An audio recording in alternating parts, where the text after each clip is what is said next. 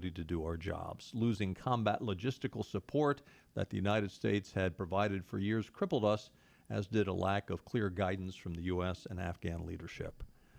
So he is getting it from all sides, Joe Biden is, and none of it is good. And, you know, he's not getting any favorable comments from the G7 allies either overseas. No. And, you know, to your point on that article there, I've heard some generals that are not in the current administration but are pretty high up talk about essentially when America backed out so quickly with Biden, then the NATO guys just, I mean, they're not going to stay there if there's no Americans there. No. You know, the other thing too that you infer in that is, you know, this was a NATO operation, and for Joe Biden, to not be returning phone calls to NATO allies such as Boris Johnson over in the UK. I mean, didn't return a phone call for 3 days. But the idea that we're going to pull out, and apparently NATO was sort of left in the dark on all this. Well, the thing about it, his staff knows. He knows better than the public because they see it behind the scenes. I mean, he honestly can't take a phone call. I mean, really. He really cannot take a phone call. I mean, look at him at the G7 summit earlier this year. Shuffling through the tent. Yeah, and when was it what's the Great Britain guy? Boris Johnson? Yeah. When Boris Johnson basically, you know, had to correct him like he was correcting a child or something. Oh, when they were introducing people at the table. Yeah. Joe, you've already done that. I mean, wipe your nose, Joe. Let's go ahead and take a time out while we're waiting on the lieutenant governor, and hopefully he is on the way in the door as we speak. We'll see. Stay with us. More news and views coming up. And we're on location at one of my favorite places in the whole planet because this is some of the best food you're ever going to eat in your life. We are at Nino's on Red Banks Road in Greenville. It's one of my hangouts. It's one of the places that I love. I got my friend Pietro Pasalacqua. How'd I do? You did great. Let's talk about the food. What makes this place? I know it's special Italian from authentic Italians, but tell us why it's so special. Because everything we do, it's really what we came up on the menu from what we did at home, from my grandparents, my parents. So it's exactly what we eat at home, and that's the way we cook. That's why it's special. And the atmosphere in this place is special also. From the bar to the two dining areas. You got two different dining areas, and now the weather's nice, so there's going to be a lot of folks that want to eat outside. Yeah, we have two rooms. One room is designed a little different. We're also working on the patio to make it more attractive and more useful in the summer with a cocktail service. And we're always improving our services. And, of course, my friends here, my buddy, Chef Massimo, who I love, and Sal and Pietro, you guys do a great job here. Not just Italian, but I had a great pork chop here the other night. You got great steaks, too. Mm-hmm. Yes, we're also adding filet mignon in the future on our menu. And Massimo is coming out with a really good side dishes for it. And so we're really excited to come out with new meats and fish dishes. All right, Nino's on Red Banks Road in Greenville. Same people that give you Marabello's and the great pizza that you get at Marabello's, but this is fine dining at Nino's. If you haven't been here, you don't know what you're missing. Come see them at Nino's on Red Banks Road. And Pietro, what is that famous saying about Nino's?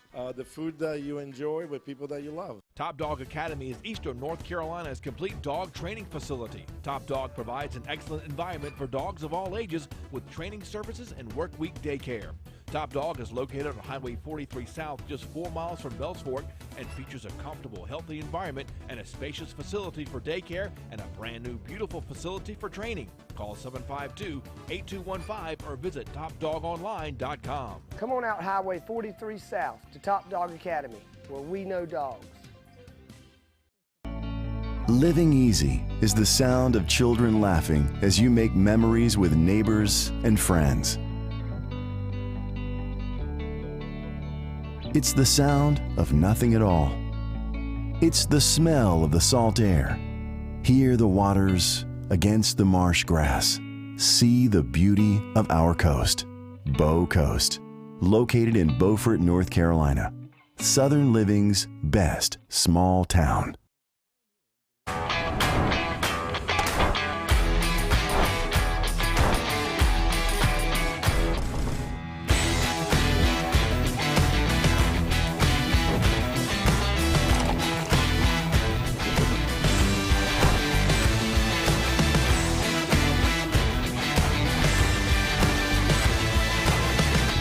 break the chain. Eat local. Tiebreakers. Hey, this is Hank Hinton back here at Full Service Flooring in Winterville. I'm here today with Corey Little, who's the operations manager here at Full Service Flooring. Corey's been here 6 months, but you've been in construction a long time. Tell us about what you do here at Full Service Flooring. Yeah, I got over here about 6 months ago. I've been in construction for, like I said, a little over 20 years, and I've known Tim for a long time now, and he's brought me over here to see what new kind of things I can bring to the store and to our customers. And I'm in charge of scheduling, and I don't know what else. I'm in charge of everything. It seems like we work together as a team and try to pull it all together. I might do a measure one day and do a commercial floor the next day, but we just kind of all work together and pull it all together at one time. So what's new in flooring? What is the hot new thing? The hot new thing is LVP or LVT, depending on what you're looking for, which look you're looking for. It's a waterproof product. It's absolutely fantastic. You can't really beat it. A lot cheaper than hardwoods? It is definitely a cost-effective alternative to hardwoods, yes, sir. So, Corey, how is business right now? And business is good. Despite the pandemic, we're still seeing a lot of new customers in the store, and we get an opportunity to introduce our products in a lot of different situations right now. Corey, you've got a lot of experience in the construction industry. How is that helping you here with people, helping people with flooring here at Full Service Flooring? Sure. I try to take the experiences that I've gained over my time in construction to help apply that to the flooring, whether it be with what the structure is made out of, the subfloor that we're going over top of, or maybe even just how it coordinates with your kitchen cabinets in construction or in your bathroom and how the tub and everything all ties together.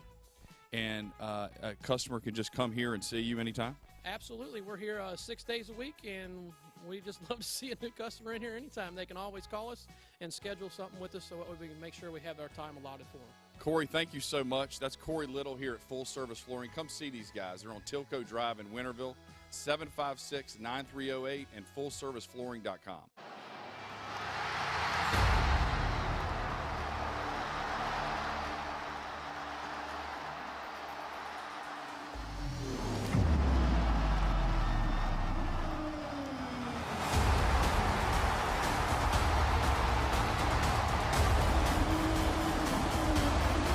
To news and views. Talk 96.3 and 103.7. Welcome back in. Taking a quick look at your weather forecast. A chance of showers and thunderstorms before 9 o'clock tonight. Otherwise partly cloudy, low around 73. Tomorrow sunny with a high near 92 and heat index as high as 100. So a little warm again tomorrow. Tomorrow night mostly clear with low around 73. Friday sunny with a high near 93. So sunshine and warm is the forecast.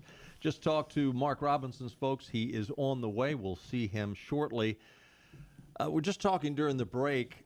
So Joe Biden was asked, and welcome back if you're listening on 103.7. We just heard from one of our engineers that we're back on the air now. We had a little downtime there. Welcome back. And we're going to be joined by Mark Robinson shortly.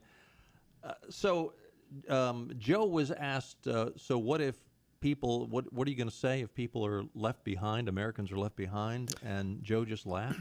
Yeah, a reporter asked him today, what will he do if Americans remain in Afghanistan after August 31st deadline? And he laughed and said, you'll be the first person I call. You know, not a time to be joking. And Peter Ducey hit Jen Psaki with it today at the White House press briefing about it. And, of course, she did her typical deflection and said something that was completely not what the reporter asked. I mean, and he just circle back on that one. Yeah, circle back Psaki. But Peter Ducey asked, "What's so funny?" He wanted to know what's so funny with that question. And typical, you know, I guess that's the Biden-Harris way. When you got a question you don't want to answer, you just start laughing. Well, boy, that is so.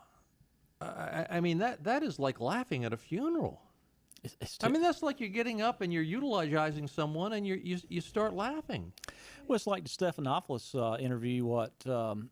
2 days after all this happened, or a day and a half. I mean, less than 48 hours. When asked about people falling to their deaths and their remains in the wheels of the aircraft, he says, "Well, that was 4 or 5 days ago." What is one? He was about 72 or 96 hours off. But what difference does it make how long ago when people are dying because of your stupid decisions? Again, could you imagine if that was Donald Trump that would utter anything like that? And again, I'll go back. The guy is old and he's senile, and it's a sad state of affairs. And frankly, Jill Biden ought to be ashamed of herself for putting her husband out there. She knew this guy was not capable. Mm-hmm. She knew this would be an embarrassment to him and a disaster for our country. And again, I've said it 100 times. I've probably said it 1,000 times. He's not our legitimate president. I'm sorry. I know he's in the office. You can argue. You can, I don't think he won this last election, period, end of report.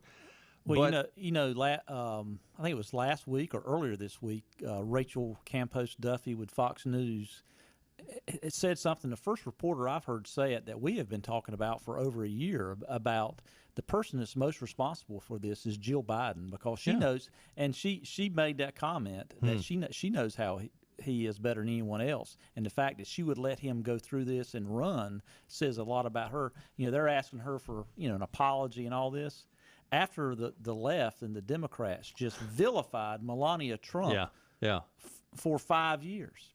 Unbelievable. But she's telling the truth. I mean, Jill Biden is responsible for anyone. Well, on top of that, consider the fact that Joe Biden had a partial lobotomy. And again, I've talked to surgeons who are familiar with the surgery, and it is the filter. He has no filter. Well, he's never had a filter. I mean, I've watched him for 40 years. He's never had a filter, but now who am I?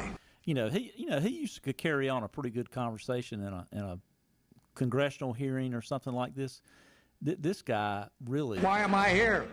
Yeah, I mean, this guy, he couldn't make it. He couldn't play dead in a cowboy movie. What are we talking about? I don't ever have to say it, Joe, but that's it. The Daily Caller is reporting, go woke, go broke. Now, the NFL was already in deep doo-doo concerning their political correctness and the taking of a knee or staying in the locker room for the national anthem. But now, tickets to the New Orleans Saints, Jacksonville Jaguars game are outrageously cheap. I mean, in some cases, they're giving the tickets away.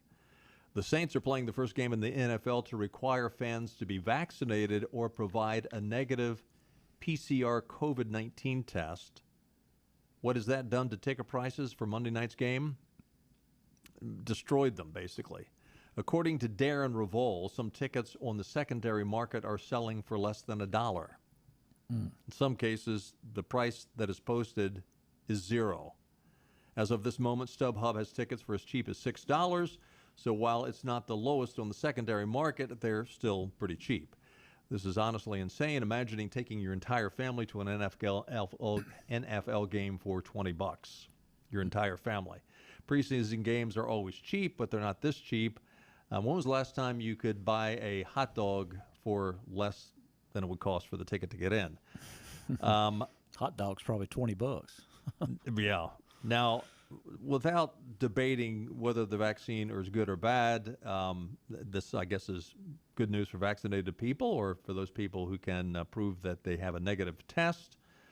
And maybe that's not going too far, saying I'm testing negative, but again, what other area in life? I mean, right, it's really interesting. We're watching the Little League World Series, and they have played all these games, and we talked to the coach for the Greenville team when they got sent home, Corey Scott, and that was a boondoggle. And as he said, it was all a sham. But you watch these games on TV, and out in the outfield, now they're only letting family members in the stadium, but out in the outfield where they're sliding down the hill on cardboard boxes, there's dozens of kids out there, one on top of the other, and it's just a joke. But here, going back to the NFL, this is just the cherry on top of the cake. I mean, it's not just the COVID restrictions; it's the culmination of genuflecting to the Black Lives Matter. Before that, it was Hands Up, Don't Shoot. It's the Black Lives Matter anthem. Everything Colin Kaepernick and all his garbage. The NFL thought they were invincible. I really think they thought they were invincible. And they pretty much were. They're not anymore, in the marketing apparently. world, but they blew it. They have blown it big time, and thank goodness. I mean, it was I can't remember who it was in the NFL, but they came out, and I'm paraphrasing. Yeah, we're the folks that basically booted God out of Sunday. We've taken over that role, that we're in charge of Sundays now. I mean, they had not survived the wokeness from last year for sure. I mean, they had to prove themselves, and then this mask requirement, and then you probably have a number of legitimately concerned people that just say, this COVID variant, maybe we just won't go to a game yet. So I'm afraid the NFL is going to be a rude awakening to their advertisers for ratings. Yeah, and that's really where they make the money. But again, I mean, you have these stadiums with 50, 60,000, 70,000 people paying $100 a ticket and more. And now they're paying $1 a ticket, or they're giving them away for free. Unbelievable. Well, we are very happy and proud to welcome back. You can walk right in front. The Lieutenant Governor is in our midst.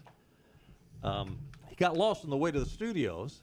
Did I not give good directions there? No, I think they transcribed them a little wrong. Did they? Okay. They did. Mark Robinson, ladies and gentlemen, the Lieutenant Governor of Eastern North Carolina. He is in the eastern part of the state attending an event, and we are fortunate enough to have him in the studio. Mark, thanks for being with us today. Thanks for going out of your way. Thank you. Sorry we're a little late. Well, hey, we'll just make you late for your next event. That's all. That's right. That's right. But I'm a man of importance. You're good.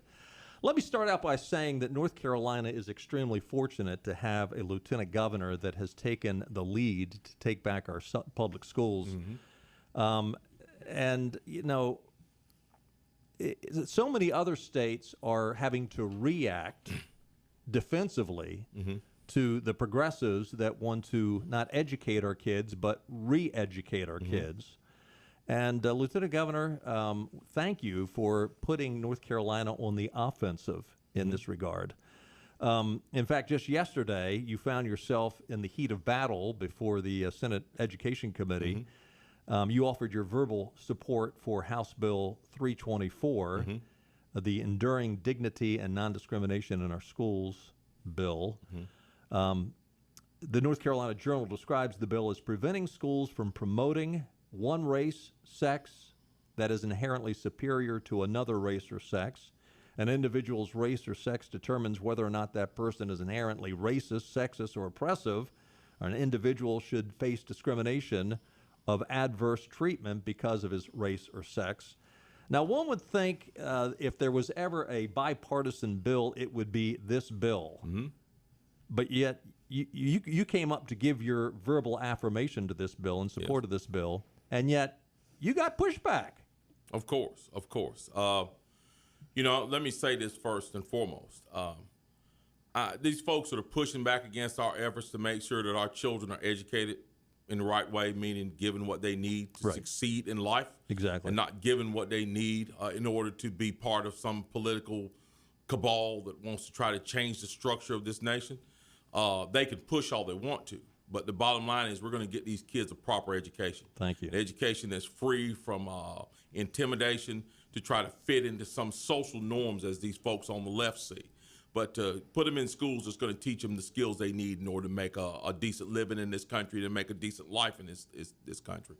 So we're going to continue to fight for that. The folks in that room that were pushing back, I understand some of the concerns, and I take those concerns seriously. What were the concerns? Well, they were trying to make connections between my task force and the bill, and I was trying to explain to them respectfully that those are two separate issues.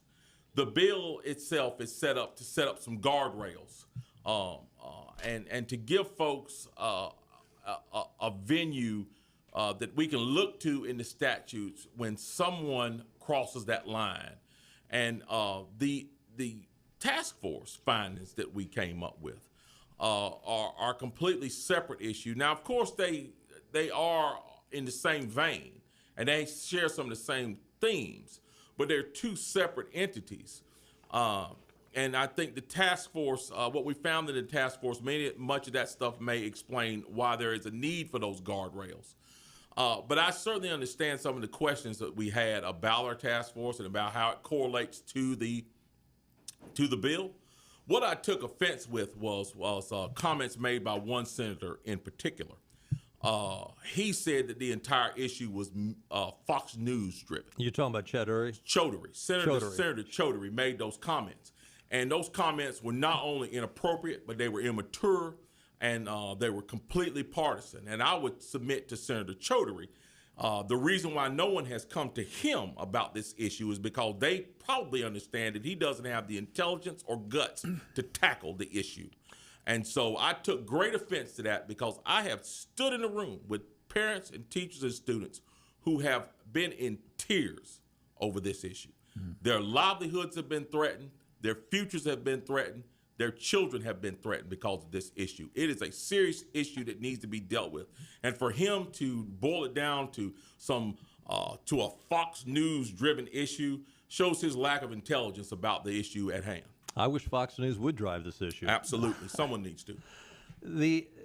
It sounded like, I haven't seen it. I don't know if there was a video of it or not, but it sounds like it got pretty heated. It did. It got really heated. And I apologize to my colleagues in the room that I got so passionate about it. But I got passionate about it because I felt like I needed to stand up for those parents who were not there. Because he wasn't insulting me. Right. He was insulting all of those parents, teachers, and students out there who are crying out for an answer to this question and a solution to this problem. So he wasn't insulting me; he was insulting them, and he should be ashamed. I can certainly understand why he got upset because, to me, Senator Chaudhuri, he is being intellectually dishonest as there is. Absolutely. He knows what's going on. Heck, it's being talked about on the Board of Education at DPI. I've had principals and teachers all over the state talk about it. Absolutely. And I'm gonna give you some credit from calling him out, and I won't get you to answer this. He was just flat out being dishonest and distruthful. He knows better. Absolutely. He's intelligent enough to know better. Absolutely. Now, what's interesting about this, though, is Chaudhuri represents Wake County. Mm-hmm. And my understanding is, in reading these articles that have come out and skimming through the summary of your report from the facts task force, is that 20% of, I'll call them complaints, but concerns from parents came from Wake County, his county. Absolutely. And he should be listening to those complaints. Look, I'll be the first one to say this. I have strong opinions, political, social, religious. I have strong opinions. But as a person who has a sincere desire to one day teach in the classroom, when you step into that classroom as an educator, you have a responsibility to check your opinion at the door. Thank you. And if you do not, you are not a professional worthy of holding the title of teacher, because you are not there to shape young minds. You are there to inject knowledge into young minds and to teach those young minds how to think. You shouldn't Not be trying what to think.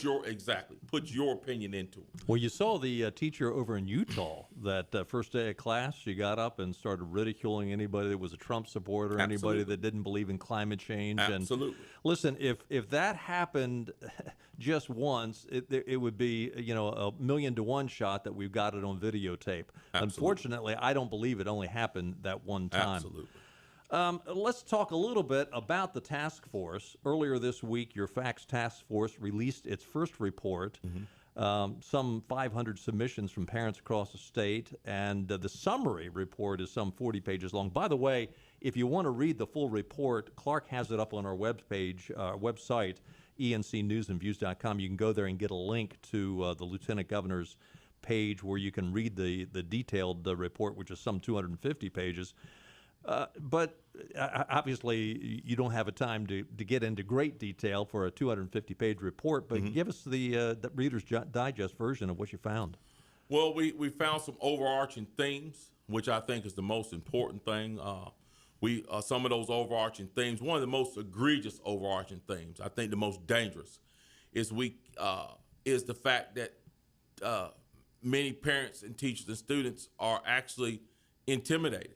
They are afraid to speak up, which leads us to believe there are more people out there who wish to speak up but don't want to.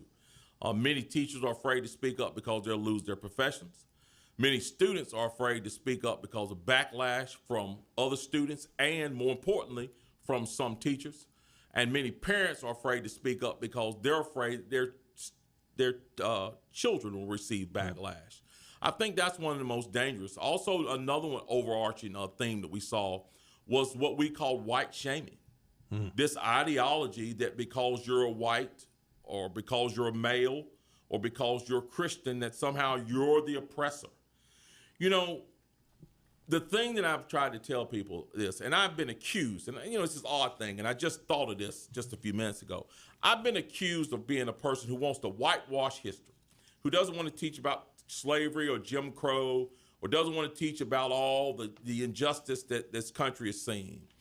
But the people, it's odd, the people who really accuse me of that are the same people who want to tear down Confederate monuments. Who want to tear down statues of George Washington, who want to remove people's names from buildings because they don't fit into their narratives. Who is it that's really trying to tear down history?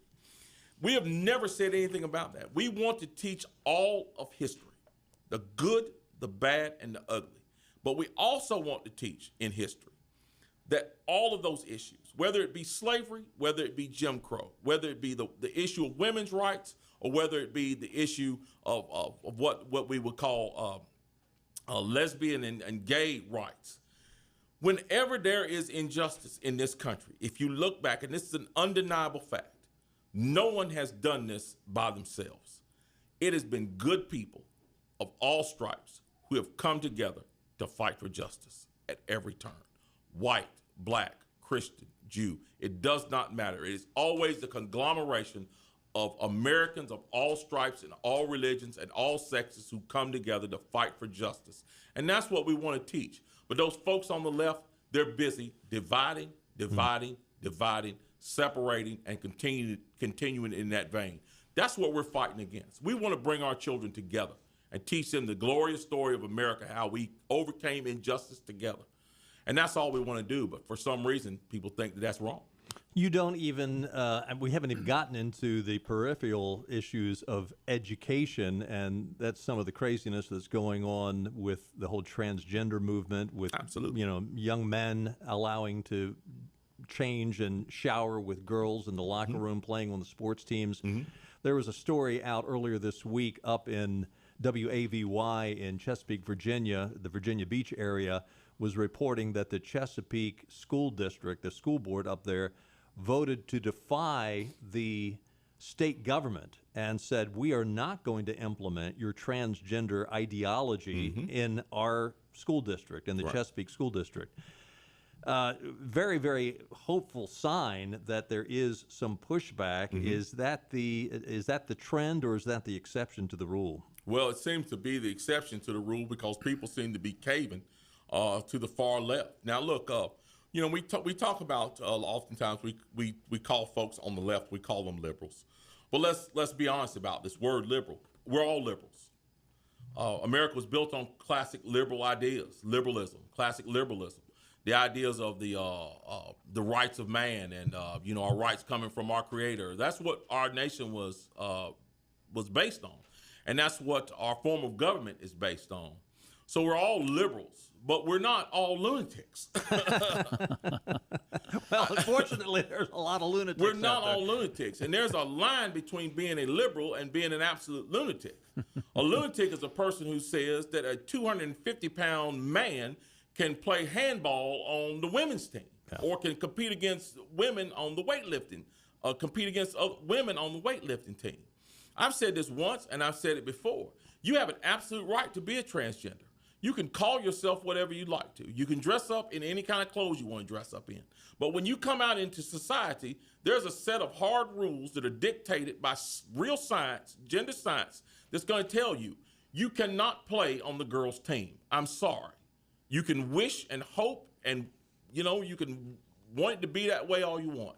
But we need to set these things in stone, because I'm telling you, what we're seeing right now is absolutely dangerous. We fought long and hard in this country to give women the opportunities they have in athletics. Thank you. We can't flush it down the toilet now because we're trying to appease a small group of people. You talk about a war on women. That's right. Oh, my gosh. Let me get you back to the task force and your first report. One of the things that you mentioned just a few minutes ago really piqued my interest. And it doesn't surprise me that you hear from a lot of parents upset.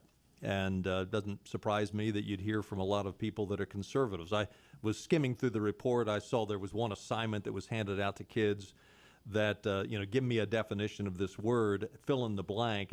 And the fill in the blank, the word was xenophobia. Right. And the sentence was, Donald Trump is a xenophobia. He doesn't like foreign, anyway.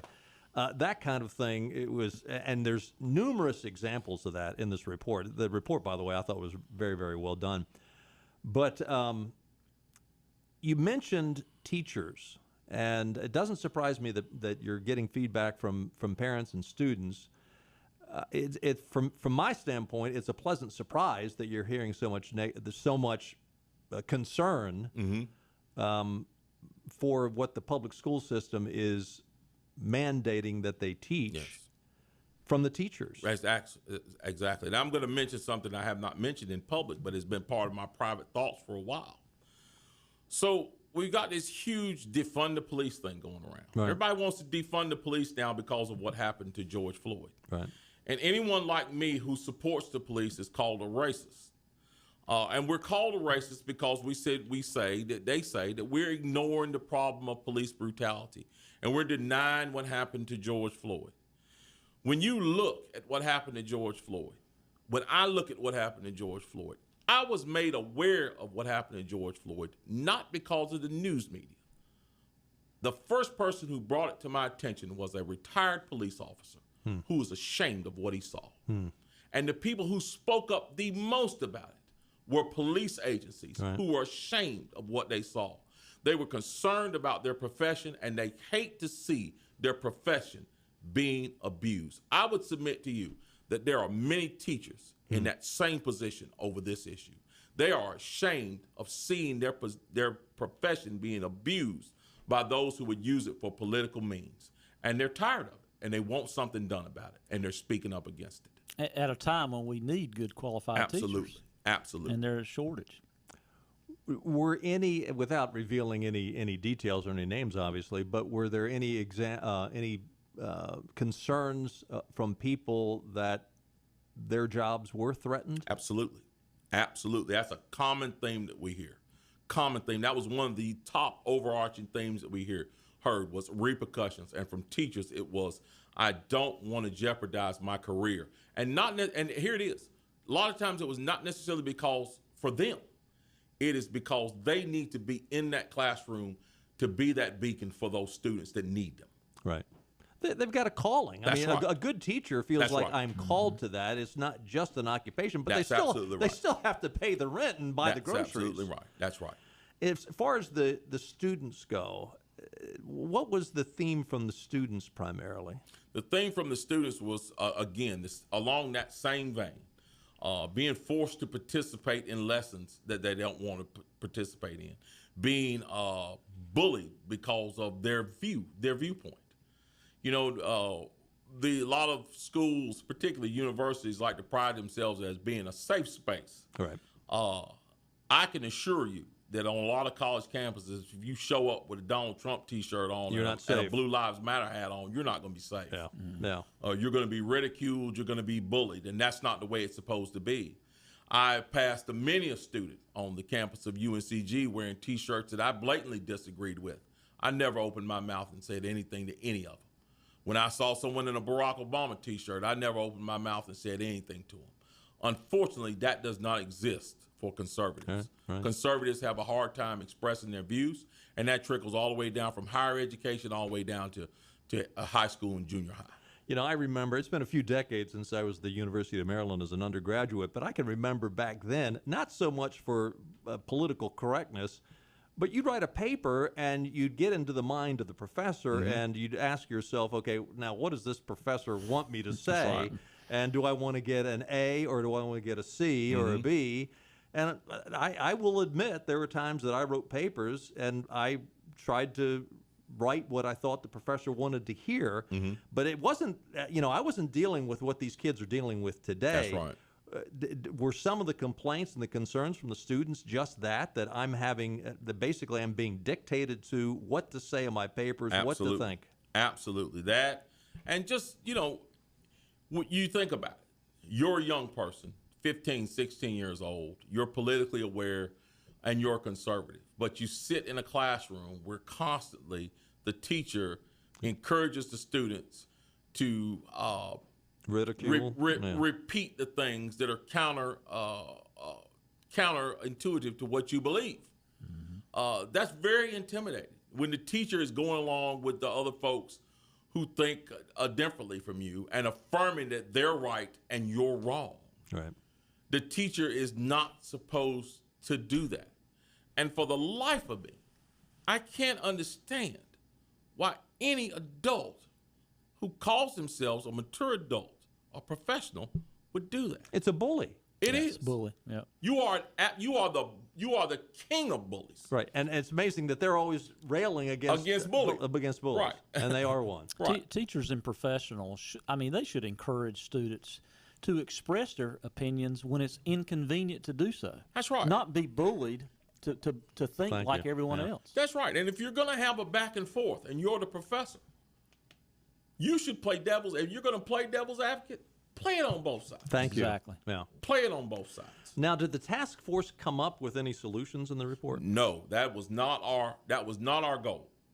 And I wanted to make that plain as well to the media, and I wanted to make it plain in the committee as well, that task force was not designed to be a solution or well, I think it's anything. I think it's a solution by just revealing the facts. Exactly. The task force was meant for two things. Number one, to prove that this exists and give the examples of how it exists. And number two, to start the conversation and the process of what do we do about this? How deep is it? And how do we stop it? It's got to be stopped. Now, House Bill 324 did not come out of the task force. No. Do you think that the fact that you've put a spotlight on this issue since the day you took office, do you think that helped clarify the issue in some House members' mind, and they said, "Hey, we need a bill on this"? Have you ever talked to anybody? I don't think so. I don't think it hurt, but I don't think so. I think what drove that more than anything was the same thing that drove the task force. What drove that the task force was calls, concerns from parents, teachers, and students.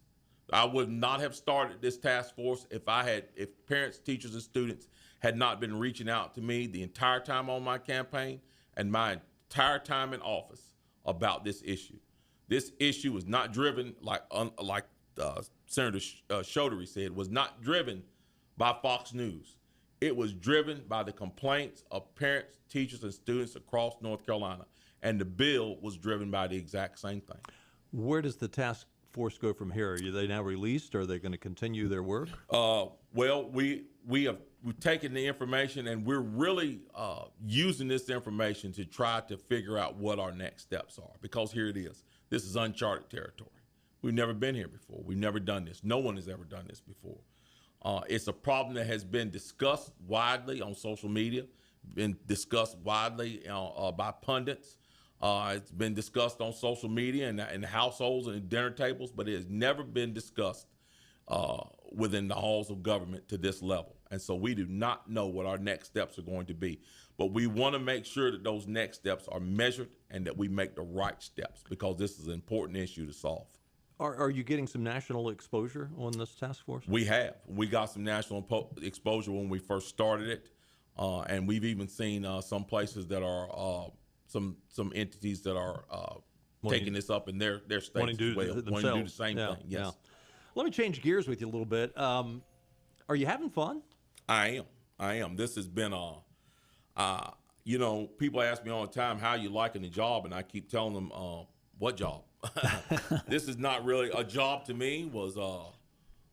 And I think there are a lot of people that can relate to this. A job to me was when I used to get up at 5 so I could be to work at 6 and work till 4:30, and then leave and could barely hold the steering wheel on the way home because I built, 4 or 5 or 6 or 7 or 8 or 9, 10 sofas or love seats.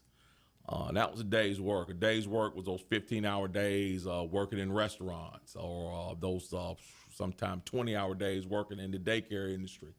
Those are the things that folks do to make the state go round, and the people who drive the engine of the economy in the state.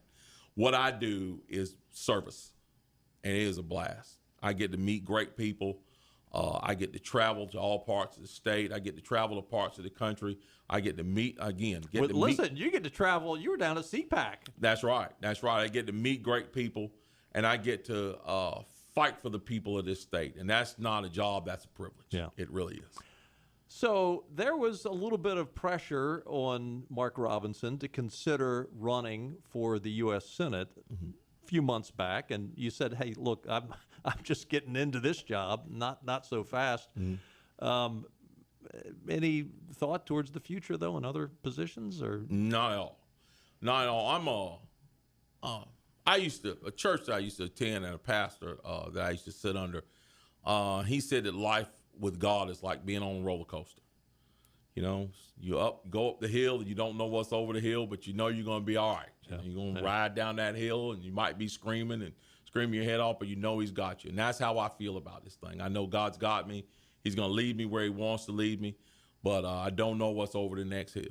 So that's a great way to approach it. That's right. And your wife's still putting up with you. Oh yeah, she's unfortunately, she's having to put up with me. Like I said, I'm giving her headache after headache, but she's a good woman. She's taking it. Lieutenant Governor Mark Robinson. Mark, thanks so much for joining us this afternoon. This is Thank great. you. Yeah, Appreciate enjoy Eastern Carolina while you're here, and Absolutely. try to stay cool. And we'll look forward to having you on again. All right. Thank you We've got very to take much. another time out. Stay with us, Benny, and I'll be right back.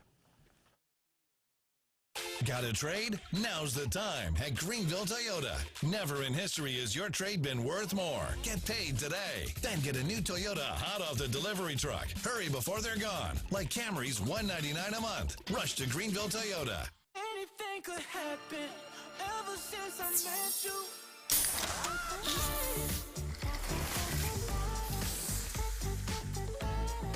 Let me take you dancing. Introducing Pepsi Mango. Air Service is back at Pitt Greenville Airport, offering safe, clean facilities and flights from American Airlines. That means the short commute, quicker lines, and better prices that get you where you're going fast and easy. See it for yourself. There's great things inside at Pitt Greenville Airport.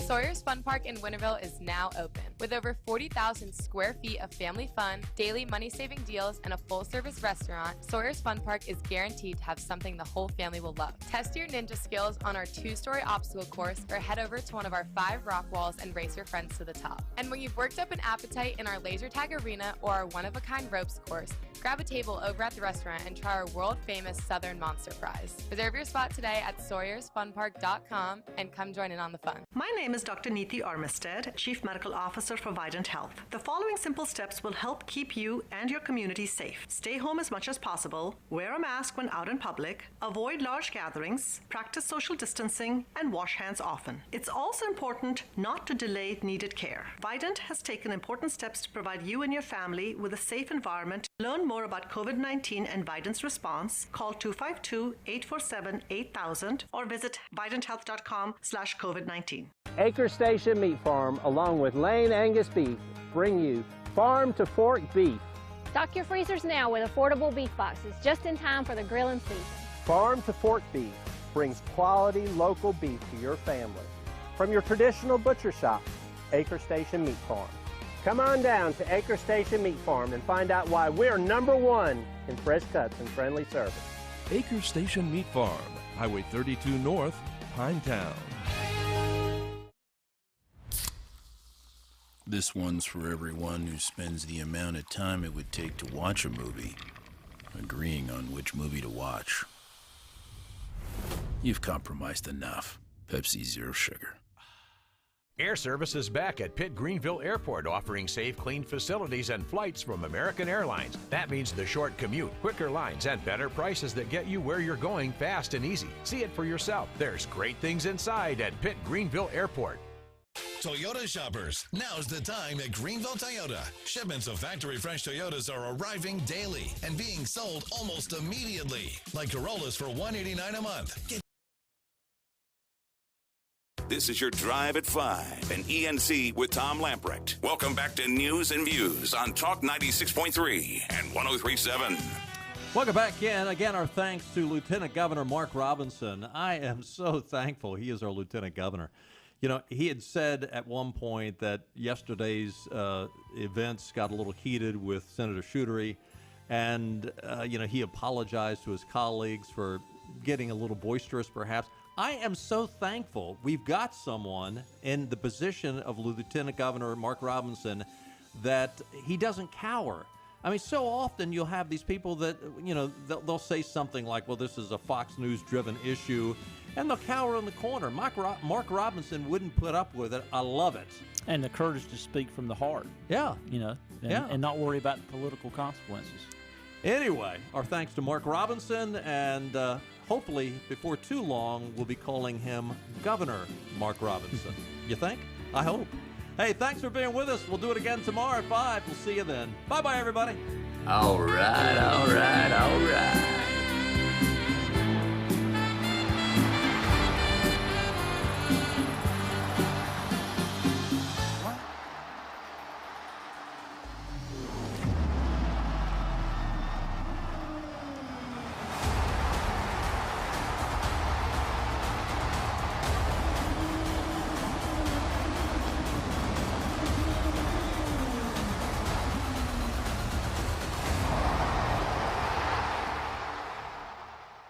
We're on location at Fabric and Home Furnishings, and I'm back with my friend Lisa Pendry. And Lisa's been telling me about all the great renovations that have been going on here in the store, and I've been looking around, and it looks fantastic. Tell us what you've done here. Well, we've knocked some walls down, we've painted, we've added some new vendors, lots of new exciting things going on. So we're making room for everybody to get what they need to transform their homes. Looks fantastic in here. Last time we talked, you were saying that you were able to deliver a lot faster than most other furniture stores. Is that still the case?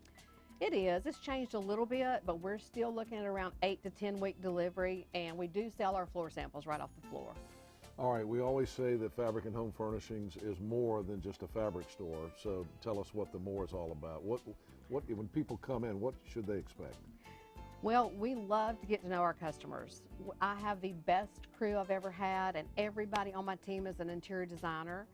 So we offer in-home design service, which we always have, but now they can each come out to your home after they work with you in here, figure out what's going on in your residence or your commercial property to pull it together and help you make everything beautiful. You got great folks here. I do. I can tell you, I haven't gotten to know them. It's like a family when you come in here, and everybody gets along well, and you can tell that these guys and gals really know what they're talking about when it comes to interior design. They do, and that's really what makes us different. We offer complete in-home design service. We don't charge a by-the-hour fee. It's a flat one-time fee. We work with you in here, in your home, in your business, and help pull everything together. All right, it's more than just a fabric store. Fabric and Home Furnishings in Arlington Village. Come see this lady. She's fantastic. Fabric and Home Furnishings. Come see the renovations here in Arlington Village. And thank you for the visit today. Thank you, Henry. All right, you got to come see what they've done in the store here on Arlington Boulevard in Arlington Village. Anything could happen ever since I met you.